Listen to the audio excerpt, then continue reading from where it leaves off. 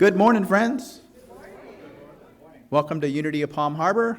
My name is Greg Aiken. I'm your platform assistant this morning.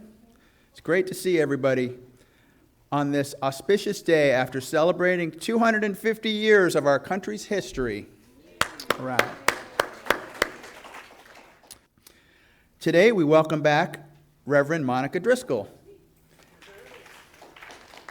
Her message is based on the book of Ruth, exploring how love can turn tragedy into a blessing. As we listen to her words and to the lovely music from Terrell and Michelle this morning, let's consciously open to whatever Spirit has for us to learn and to know. Reverend Mo, would you come on up and lead us in prayer? So let's get still. We came here to receive and to give. And so let us begin by receiving that wonderful inner connection with God. And so we gently put both feet on the ground and open our minds and our hearts to all that awaits us. For we are interconnected with each other, in spirit, in soul, and in mind. And so we gently close our outer eyes and allow the idea that we are here to receive that inner spirit that we call and choose to call God. So we just breathe. We put aside the busyness of what has, what is, and what will be. And we give ourselves permission to be in this seat here right now. And we allow ourselves to be present and open and receptive to all that occurs for us today. For this brief moment of time that we are together, we allow ourselves to feel that inner spirit that resides within each of us. And so as the day unfolds and we hug and love each other, we receive that warmth and we know that the presence of God is everywhere.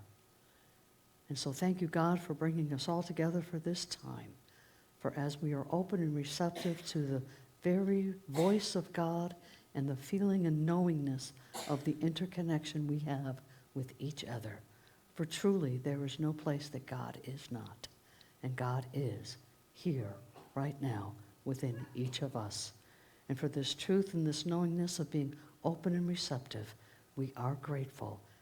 And for this we say, amen, amen. This is the time in our service where we get to listen to that still small voice of God. This is the time where we know meditation is listening while prayer is reaching out, making a request. So again, I invite you to put both feet on the ground and allow the energy from the very earth to permeate your body. It's there. It's there. It always has been. But we can be very busy going to and fro and forget that energy field. And so we do that with our arms outstretched and being open and to allow ourselves to really feel the presence of God. If God is everywhere, with no exceptions, then God is within our very fingertips, the very tip of our nose. And so we allow that energy field that we choose to call God to be part of our experience. For it is said that God answers our prayers sometimes even before we know that there is a need. And we are grateful for that knowing. And so we gently close our outer eyes so that we can close out the outer world and go within. And I know for some this can be problematic to be still for even such a short window as this. For it is less than 5 minutes where we get still enough to allow ourselves to quiet the mind. Some philosophers say that there's no way to ever quiet the mind, but we can allow it to not dominate our thinking, which is different. And so we go within, and we breathe. We take a conscious breath. For with every breath, we are breathing in the attributes of God: love, peace, connectedness, surrender. For there's no harm in your time with God. And so we give over, we surrender to just being in the chair you're in and allow it to support us. If outer thoughts start to come in, We say, not now. We'll pick you up later. Right now, I want to hear that still small voice that resides within us, that wants to be heard, that wants to guide us ever so gently through this human experience. For as our heart is open wide and our mind is open, we allow that voice of God to come in within us on a soul spiritual level. We give over to this. For we are not only interconnected with each other, but also with that wonderful entity within us that gently guides us along this path. So we breathe, and we let go, and we allow our shoulders to just be. We relax. Sometimes it seems like we might even fall asleep during this quiet time with God. Don't resist that. It's okay. And we breathe. And we exhale. And we go within this silent space where we can hear the very voice of God as we quiet ourselves. If there's something on your mind, you can bring it up in a non-threatening way, in a non-beseeching way, and just say, "Your God, I am open and receptive. I will go where you go." And we listen. We listen.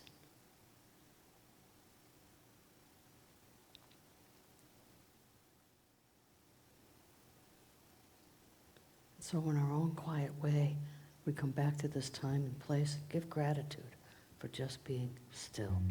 And for this, we are grateful. And so it is. Amen. So I get to talk to you about the book of Ruth. And if you've never read the book of Ruth, I'm grateful. Because if you had, it's going to taint you. This is one tough story. And it's only 4 short chapters. But I want you to read it after you've gotten the metaphysical portion of it.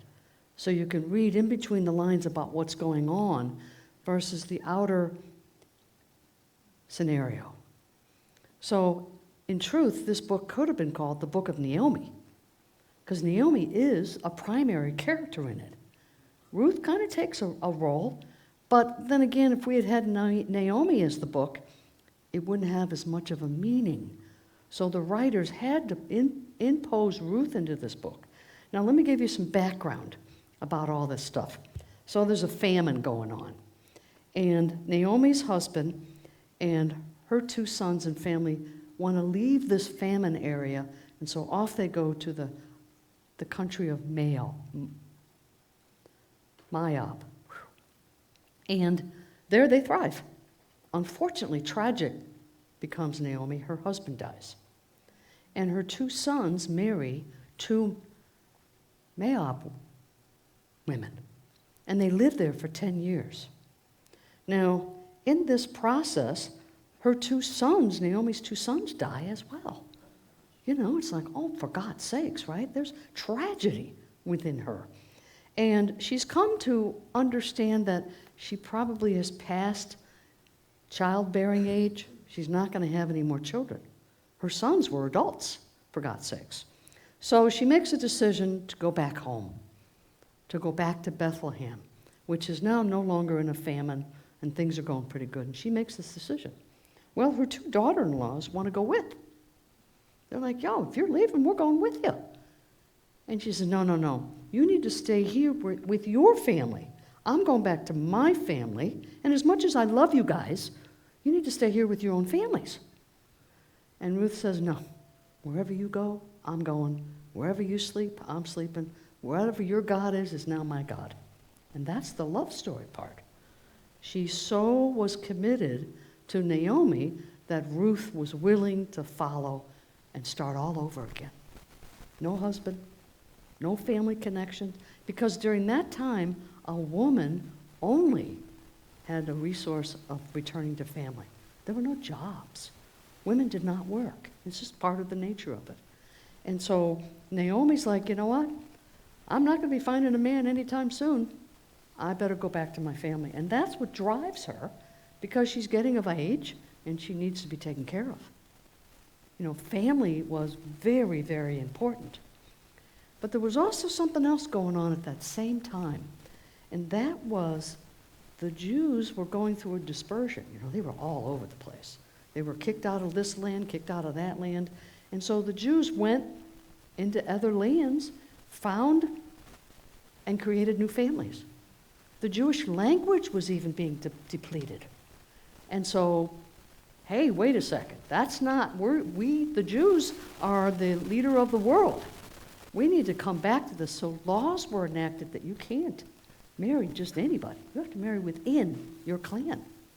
It was a big deal.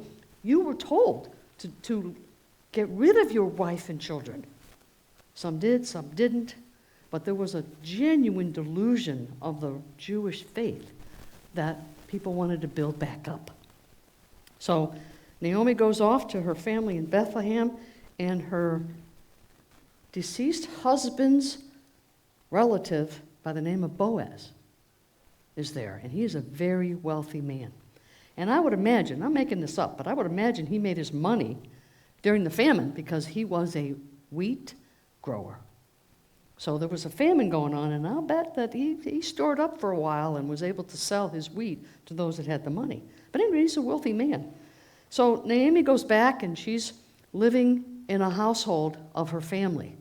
Boaz is living just up the street, shall we say.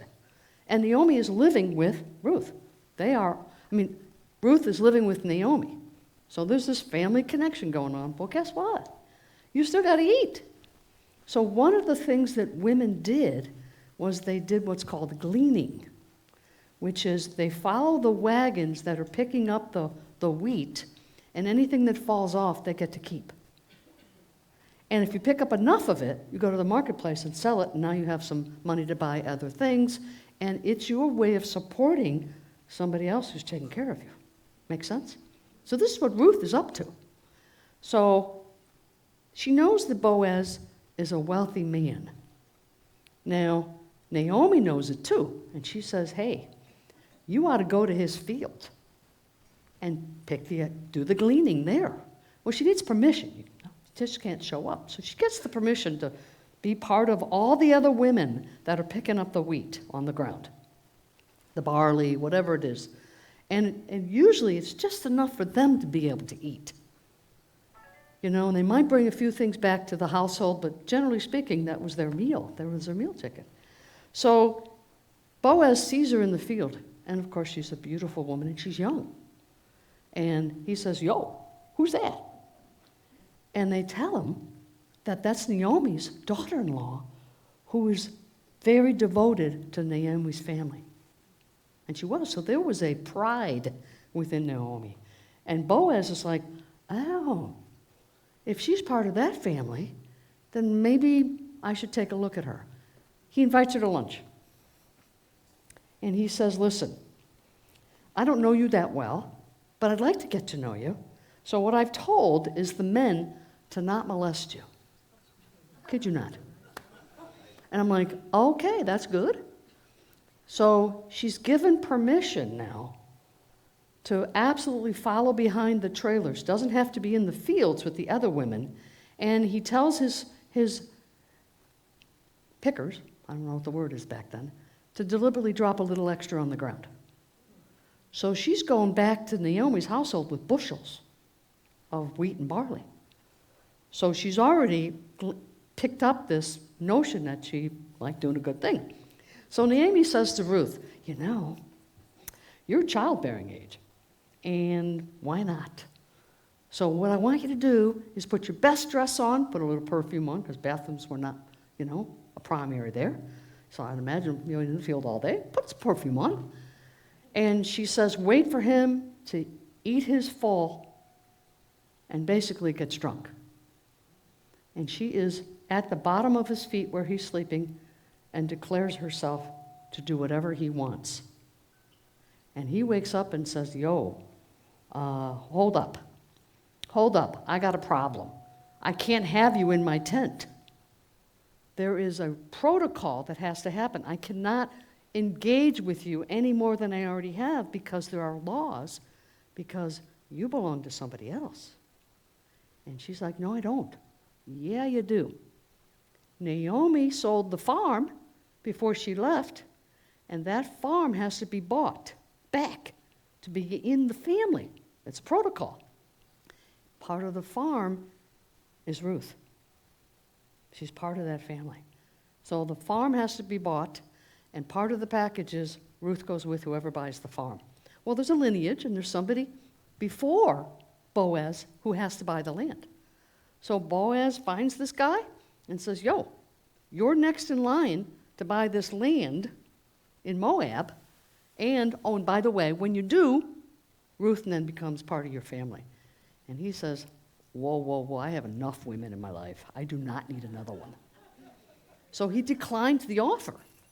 And that leaves Boaz the opportunity to buy the land back and take Ruth in. Now, why is this important? Because this was that one of those Bible stories that the writers had to interject in to understand why Moab, who was forbidden fruit for anybody coming from Moab, Ruth was from Moab, and now she's marrying a Jewish man. There were rules against that. So this was inserted to show that rules behoove. I don't need to follow the rules because Boaz is wealthy. And we all know that wealthy men don't have to follow the rules. Just saying. So she marries him and produces a son. That son produces a son by the name of Jesse, who produces David. You see, it had to be in there. And it's in Bethlehem. So we know the lineage after David becomes Jesus. So this puts it all together, which is why some would say that Jesus really wasn't a Jew. See, he had Moab blood in him, even though it was 3 generations removed. So what is the point of this? So that's the story. So now what is the metaphysics behind it? What are we supposed to learn from this? Right? So there's a few things that need to happen. So Ruth and Obah and Boaz related, so we handled that. This is the metaphysical meaning of this story. There's a whole bunch there. So you can't look at the story on the surface because it sounds really bad the way they treated women. So we're not going to go there. But there is a point in it. So Naomi, when she comes back to Bethlehem, she changes her name. She didn't want to be called Naomi anymore because Naomi meant something nice. So she had her name changed to Mara, which meant bitter. She was pissed at God. Who wouldn't be, right? She's stuck in this desert with no man to take care of her, and she's lost everything. Her 2 sons, there's no lineage left for that family. It's done. So she's bitter, and she doesn't want to have the nice name of Naomi, so she then therefore changes her name to Mara because she's bitter. And then there's the death, of course, of losing something important, right? Who wouldn't be bitter when all of that happens, you know? And then there's anger, and who do we blame? But God. God put this on her, and I'll be danged if I'm going to continue to love God when he did all this to me. Right? How many of us are angry with God when things don't go well? Oh, come on, raise your hand. We all do. You know, and the more we're aware that we do it, the better we can change our minds about it. In the story, God gives us life, not death. Death allows us, now, defining death metaphysics is anything that we have a loss of. Something that's been taken away from us is a death. So when we have to suddenly change the way we are, that's a death of the way we used to be. But it brings us to something more joyful, more in alignment with having a relationship with God. And so, but Naomi's not there yet. She's still in her bitter state of mind. So she starts to open up and sees the light through Ruth. She sees this. And so the biggest part of this story is about how we as human beings will seek out outside of ourselves things to change rather than the inner work. And Ruth was all about outside. I'll move back. Everything will be better. and not do the inner work. But Naomi understands that she still has this relationship with God, even though she's bitter about it. So she is counseling Ruth on what to do so that her life is better, so that she doesn't have this bitterness. And so she advises her, look, get all dressed up, put some perfume on, and sit at the bottom of his feet, and things will change. And that's the inner working. Ruth was willing to do what it took. Wherever you go, I will go. And that's where that Bible verse comes from, is from Ruth. And so the name change separates from God and guidance. Naomi goes within, and Ruth follows that guidance. In part, Naomi represents the spiritual guidance to Ruth. And she takes that guidance and she goes with it. She doesn't deny it. She trusts that inner guidance. Do we trust? Sometimes. When it's convenient. I learned a new card game. Play 9 is the name of the card. Anybody ever heard of it? It's the first time I ever heard of it. It's related to golf.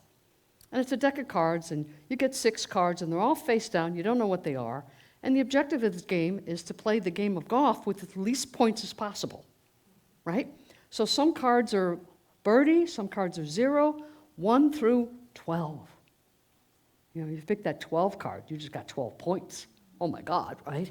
So I do a prayer request. Simple thing. Hey, God, give me the low cards. Right? Put it out there, right? So I'm playing this game. The card, you don't know what's on your table.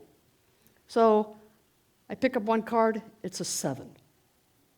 Now I know there's a lot less numbers in there, and the person next to me discards a 5. That's 2 less strokes. So I pick up the 5, then I have to pick up another card and discard that without knowing what it is. It's a 2. So I replaced the 7 with the 5 when I could have had a 2. That went on for 2 hands. Every one of my cards was low, and I continued to exchange them for higher cards.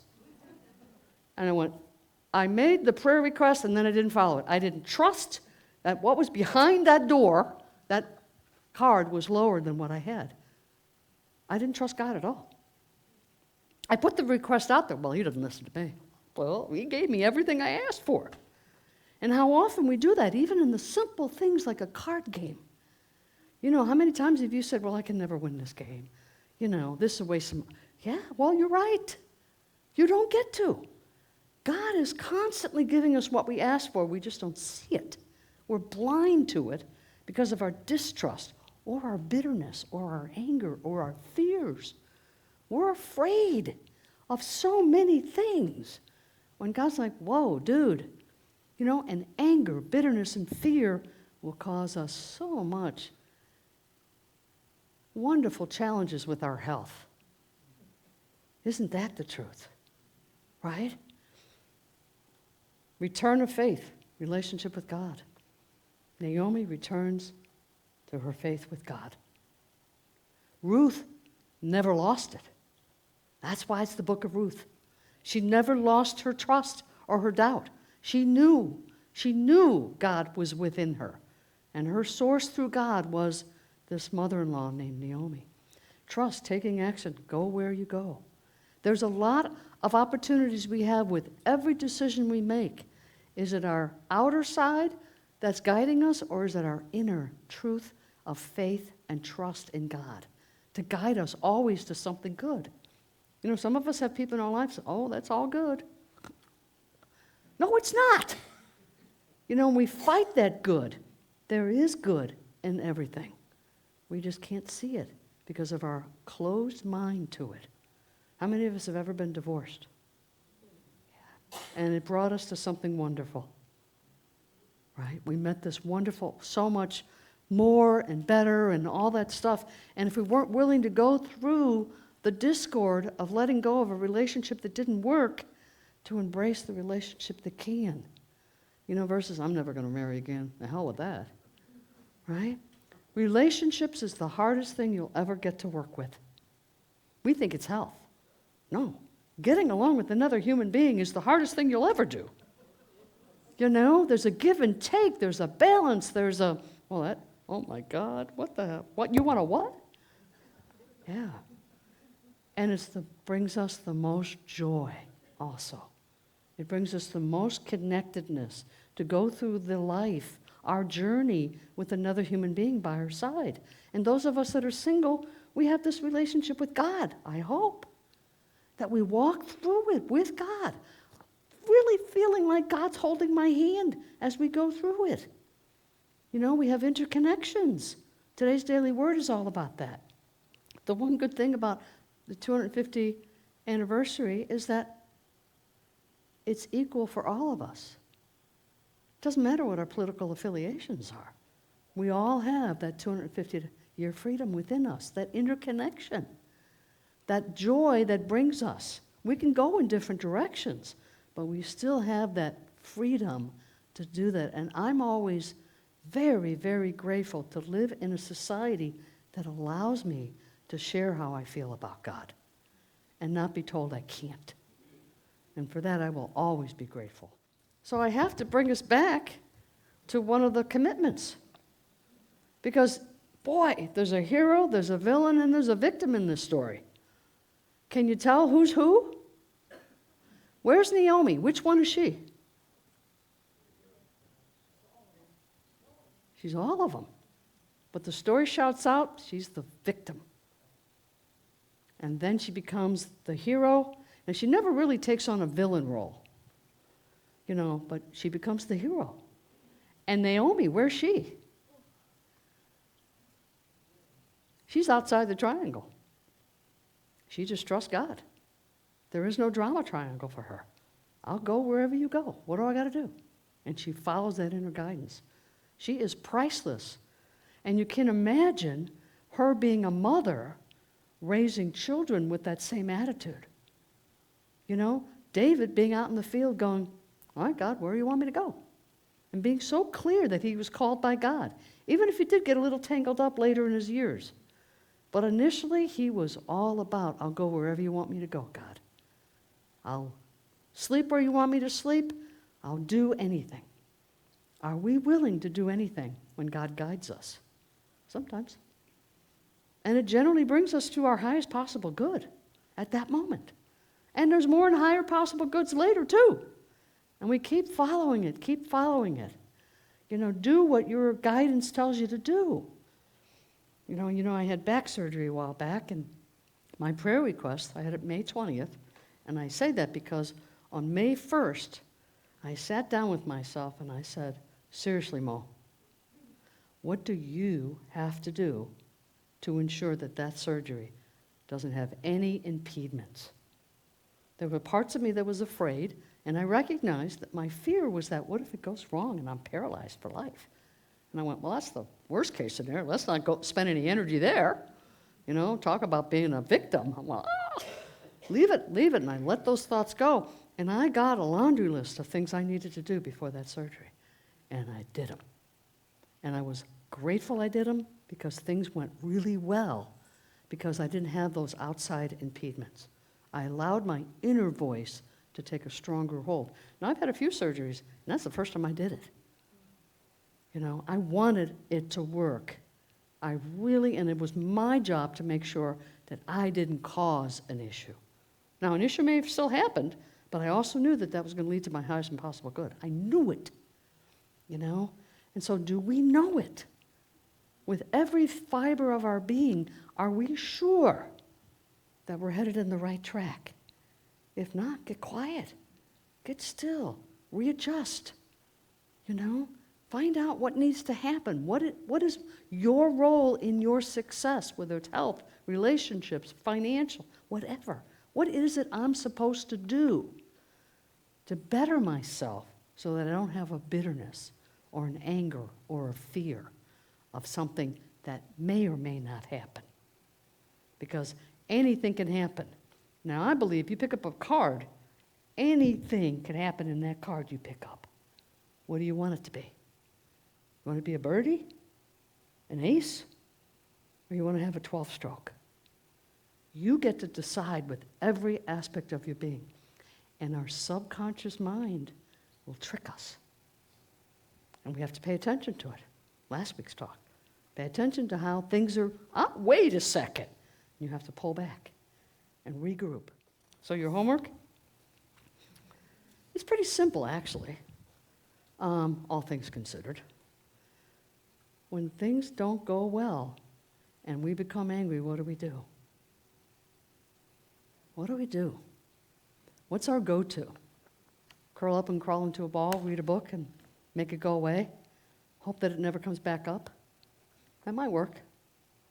But it might mean that we have to take some action to release the anger or the bitterness. Because if God isn't the cause of our anger, who is? Not the villain. You're the victim. You get to decide where you want to be on that triangle. And when we listen to that still small voice of God, we become the hero. You know, we leave our victimhood and our villains behind, and we walk through it. Are you changing things on the outside, running away from the inner guidance? That's a good one. You know, it's said that when you quit a job, you go to the new job, and dang, the situations are the same. I wonder how that happened. Because you went there. Yeah. So you get to make some outside changes, but it's the inner work that brings us a closer relationship with God. And we have to be willing to do that inner work because it's good. The inner work is good, even if the outside appearances say, "What in blazes are you doing, girl?" I'm doing the inner work. Leave me alone. I have a friend who is struggling with a health challenge, and it's a good one, a big one. And he's just going with it. He's just going with it. And every time he sees the doctor, it's something different. I looked at myself and said, if that happened to me, I definitely would be in bed with the pillow over my head and going, leave me alone. But he's embracing it. He's reading his self-help books. He's not a whiner. He's not in that drama triangle. He's outside doing the inside work. If it's not this lifetime, he'll figure it out next time. But while I'm here, I'm going to be doing this. And he sees God in everything, and he believes it. He's not bitter. He's not anger. He's not part of that drama triangle. He's living outside the drama, but doing the inner work. And that's what the homework's about. When you find yourself being angry with another person, yourself, the political arena, whatever it is, does that bring you closer to God while you're being bitter and angry? And the answer is no. It brings you away from God. And our job is to get closer to God, however that is defined. Do the homework. It's worth it. God bless. Thank you.